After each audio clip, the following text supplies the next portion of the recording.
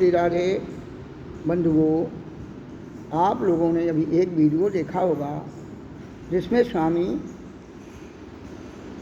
रामदेव जी महाराज मंच पर बड़े प्रसन्न मुद्रा में भाषण दे रहे थे।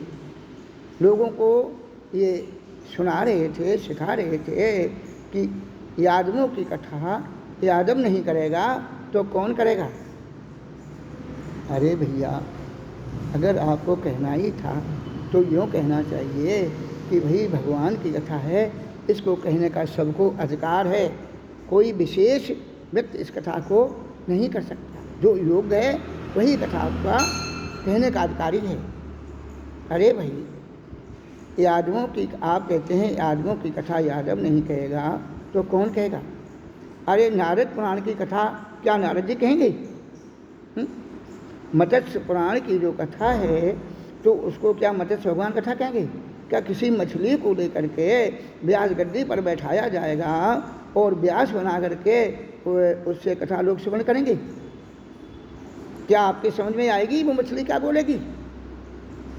क्या कच्छप भगवान की जो कथा है, कच्छप पुराण की जो कथा है, कछुआ व्यास गद्दी पर बैठ करके आपको कथा सुनाएगा?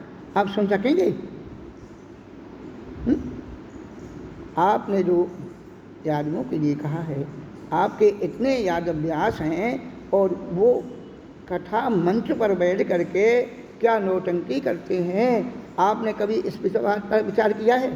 कभी आप उनकी वीडियो देखें, उसको सुने, समझें। और रही कथा की बात, तो कथा श्रीमद् भागवत की पुराण की रचना कैसे भई, ये तो आपको पता ही नहीं होगा शायद। व्यास जी ने तो बहुत बाद में कथा करी। ब्रह्मा जी ने 4 श्लोक नारद जी को दिए और नारद जी ने वह 4 श्लोक व्यास जी को सुनाए। व्यास जी ने उस कथा की रचना करी और उन 4 श्लोकों की इतनी बड़ी व्याख्या कर दी कि 18,000 श्लोक का श्रीमद् भागवत पुराण की रचना करी। व्यास जी ब्राह्मण हैं, क्योंकि व्यास जी पाराशर जी के पुत्र हैं और व्यास जी के पुत्र सुखदेव जी ने ये कथा राजा परीक्षित को जब शाप लगा तो सुखताल में गंगा किनारे सुनाई। सुखदेव जी ब्राह्मण हैं और यही कथा सनत कुमार ने हरिद्वार में आनंद आश्रम में श्री नारद जी को सुनाई। और यही कथा श्री गोकर्ण महाराज ने अपने भाई धुंधकारी की मोक्ष के लिए कथा को सुनाया। तो भैया, जितने भी आचार्य हुए, जितने भी कथा के वक्ता हुए, सभी ब्राह्मण हुए।